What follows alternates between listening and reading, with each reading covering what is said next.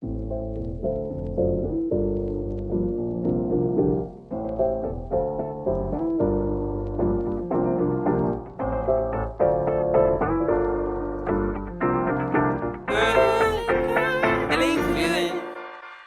feeling good, like I should.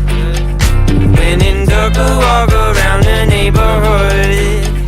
Feeling blessed, never. Perkenalkan, nama saya Riko Ridho Effendi Saulin dan ini teman saya. Perkenalkan, nama saya Hieronymus.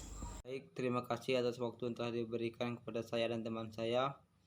Yang terhormat Bapak Eko Supriyanto, SE, ME, selaku dosen mata kuliah Ekonomi Publik. Di sini saya dan teman saya akan melakukan presentasi yaitu mengenai tentang pengaruh pajak terhadap pertumbuhan ekonomi di Indonesia. Di sini saya akan menjelaskan tentang pengaruh pajak terhadap pertumbuhan ekonomi di Indonesia. Yang pertama saya akan menjelaskan latar belakangnya. Pertumbuhan ekonomi di Indonesia menurut beberapa ahli. Yang pertama yaitu menurut buku Sadono Sukirno tahun 2006, pertumbuhan ekonomi adalah perkembangan kegiatan dalam perekonomian yang menyebabkan barang dan jasa yang diproduksi dalam masyarakat bertambah dan sehingga dia bertambah dan kemakmuran rakyat meningkat.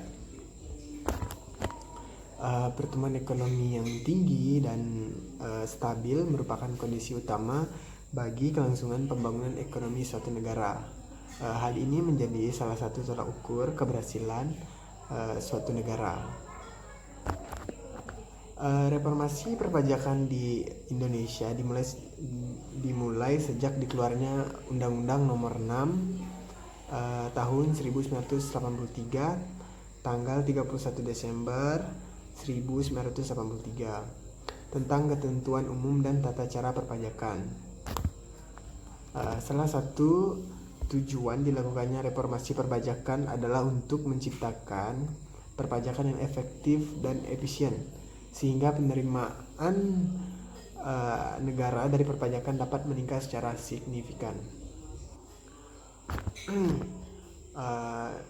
Peningkatan yang signifikan pada penerimaan pajak akan berpengaruh terhadap pertumbuhan ekonomi di Indonesia karena penerimaan tersebut dapat digunakan untuk penyelenggaraan negara termasuk dalam pembangunan di berbagai lini dan tujuan akhir yaitu untuk menciptakan bagi kesejahteraan rakyat Indonesia. Reformasi perpajakan daerah Indonesia juga sudah berlangsung kurang lebih 20 tahun. Tujuan dari reformasi perpajakan ini yaitu untuk meningkatkan kemakmuran rakyat tadi ya melalui pertumbuhan ekonomi dan pembangunan secara infrastruktur maupun non infrastruktur. Keberhasilan dari suatu reformasi mencakup birokrasi yang bersih dan akuntabel. Dalam hal ini, reformasi perpajakan dapat dikatakan berhasil juga jika memenuhi 3 indikator antara lain bersih dari korupsi, mampu menciptakan prosedur perpajakan yang efektif dan efisien sehingga memudahkan para wajib pajak membayar pajak, dan yang terakhir itu adanya peningkatan yang signifikan pada kualitas pelayanan kepada publik yang diberikan oleh pemerintah daerah.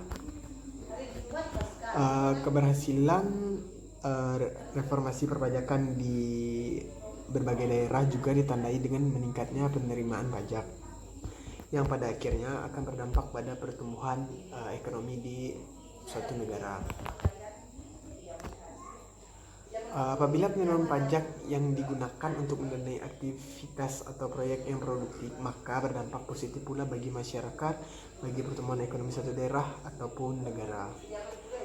Signifikan dan kontribusi dari penelitian ini diantaranya menambah literatur penelitian mengenai penerimaan pajak dan pertumbuhan ekonomi di suatu negara dengan memberikan bukti empiris selama 4 tahun penelitian menjadi bahan masukan dan evaluasi bagi para pembuat kebijakan baik di bidang perpajakan maupun di bidang pemerintahan mengenai keefektifan reformasi perpajakan dan menekan pentingnya menggunakan kendaraan pajak untuk mendanai aktivitas atau proyek produktif demi terciptanya pertumbuhan ekonomi yang lebih baik.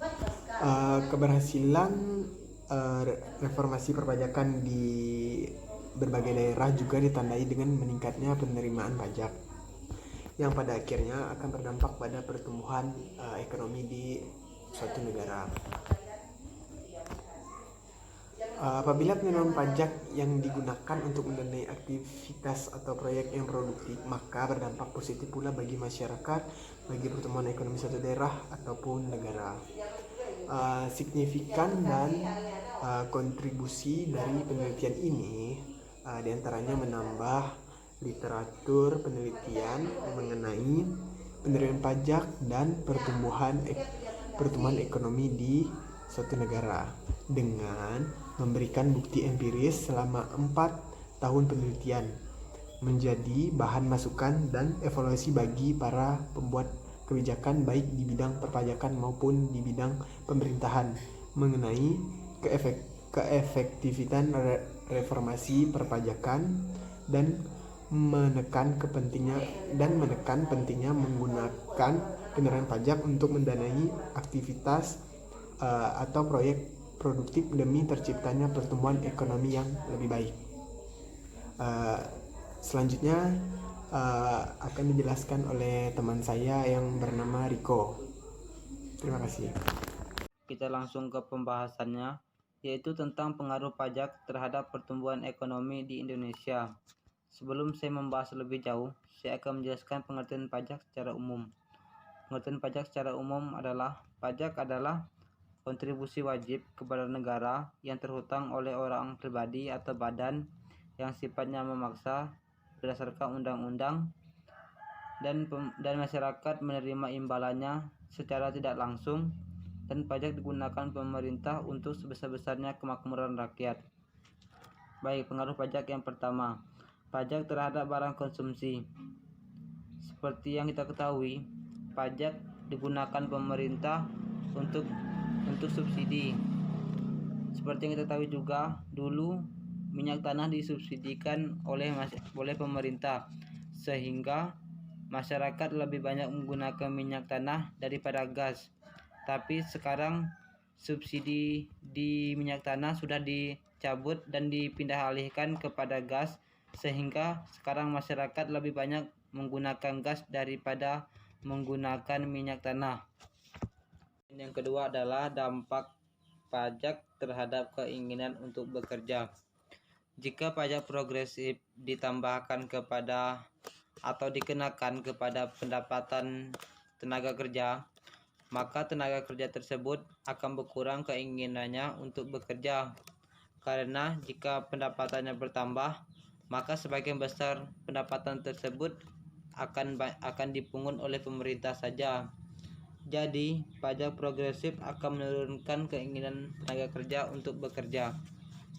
Baik, yang ketiga yaitu dampak pajak terhadap produksi. Jika produksi yang diproduksi oleh perusahaan dikenakan pajak pertambahan nilai yang besar, maka produksi perusahaan tersebut akan berkurang dan perusahaan akan menjual barang tersebut dengan harga yang mahal. Jika barang yang dijual oleh perusahaan tersebut mahal, maka keinginan masyarakat atau konsumen untuk membelinya akan berkurang. Kita masuk ke poin 4, yaitu dampak pajak terhadap kesejahteraan. Dalam beberapa hal, kadang-kadang suatu pajak akan menimbulkan beban yang lebih besar daripada nilai yang dipungut. Kelebihan beban akibat dari pajak itu yang disebut dengan kesejahteraan yang hilang karena pajak. Masuk ke poin 5, yaitu dampak pungutan pajak terhadap pertumbuhan ekonomi suatu negara. Seperti yang kita ketahui, pajak juga akan menambah pendapatan negara. Tetapi jika pajak yang dipungut dengan nilai tinggi, maka akan menurunkan pendapatan disposable. Jika pendapatan disposibel menurun, maka untuk konsumsi juga akan menurun. Kesimpulannya, pajak sangat berdampak atau berpengaruh bagi suatu perekonomian di negara. Contohnya seperti di negara Indonesia. Karena pajak merupakan pendapatan terbesar suatu negara. Sehingga dengannya adanya pendapatan, negara akan dapat menjalankan semua aktivitas seperti pembangunan infrastruktur, seperti jalan, rumah sakit, sekolah, dan segala macam. Pajak sangat mempercepat pertumbuhan ekonomi. Pemerintah daerah juga harus meningkatkan efektivitas reformasi perpajakan daerah, dan bagi masyarakat yang membayar juga harus memiliki kesadaran yang kuat, karena pada akhirnya manfaat tersebut juga akan kembali kepada daerah tersebut. Presentasi dari saya dan teman saya. Apabila terdapat kekurangan dalam perkataan atau ucapan, kami mohon maaf. Sekian dan terima kasih.